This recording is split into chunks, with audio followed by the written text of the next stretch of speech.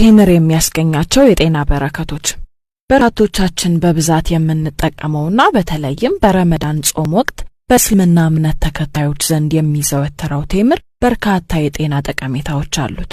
ቴምር በርከት ያሉ ቫይታሚኖችንና ሚኒራሎችን በመያዙ ለጤናችን በርካታ ጠቀሜታዎች እንዳሉት ይነገርለታል። ኃይል ሰጪ ፋይበር እንዲሁም ካልሲየም፣ አይረን፣ ፎስፈረስ፣ ሶዲየም፣ ፖታሲየም፣ ማግኒዚየም እና ዚንክ ሚኒራሎች በቴምር ውስጥ ስለሚገኙ ቴምርን ለጤና ጠቃሚ ያደርጉታል። ስለዚህም ቴምርን አዘውትረን መመገብ ለጤናችን ከሚሰጠው ጠቀሜታዎች ውስጥም የሆድ ድርቀትን ይከላከላል። ቴምር በባህሪው የማለስለስ ባህሪ ስላለው ምግብ በአንጀታችን ውስጥ በቀላሉ እንዲዘዋወር በማድረግ የሆድ ድርቀትን ለመከላከል ይረዳል። ለዚህም ይረዳን ዘንድ ቴምሩን በውሃ ውስጥ ዘፍዝፈን ማሳደር ጠዋት ላይ መመገብ ይመከራል። ለአጥንት ጤንነትና ጥንካሬ በቴምር ውስጥ የሚገኙት ሚኒራሎች ለአጥንታችን ጥንካሬና ጤንነት እጅጉን ጠቃሚ እንደሆኑ ይነገራል። ቴምር እንደ ሴሊኒየም፣ ማንጋኒዝ፣ ኮፐርና ማግኒዚየም ማዕድናትን በውስጡ በመያዙም ለአጥንት ጤናማ እድገትና ጥንካሬ ጠቃሚ ነው። ደም ማነስን ይከላከላል።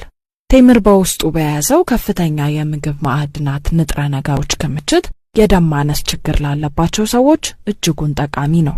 አለርጂን ይከላከላል።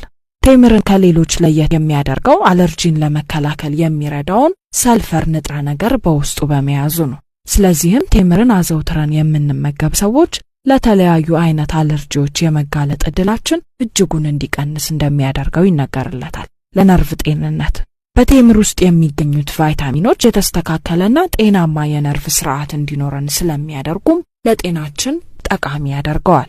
ለልብ ጤንነት ቴምር ለልባችን ጤንነት በርካታ ጠቀሜታዎች ስላሉት ተመራጭ ያደርገዋል።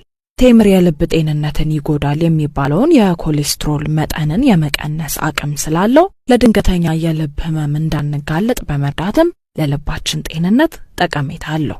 ስንፈተ ወሲብን ይከላከላል።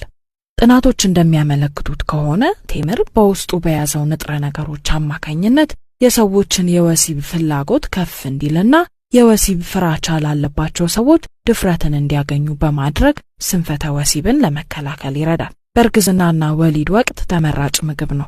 ቴምር በእርግዝና ወቅት ለጽንሱ ጤንነት ብሎም በወሊድ ጊዜ ምጥ አስቸጋሪ እንዳይሆንና የተሻለ የማማጥ አቅም እንዲኖረን ያስችላል። የአእምሮአችንን ጤንነትም ያሳድጋል።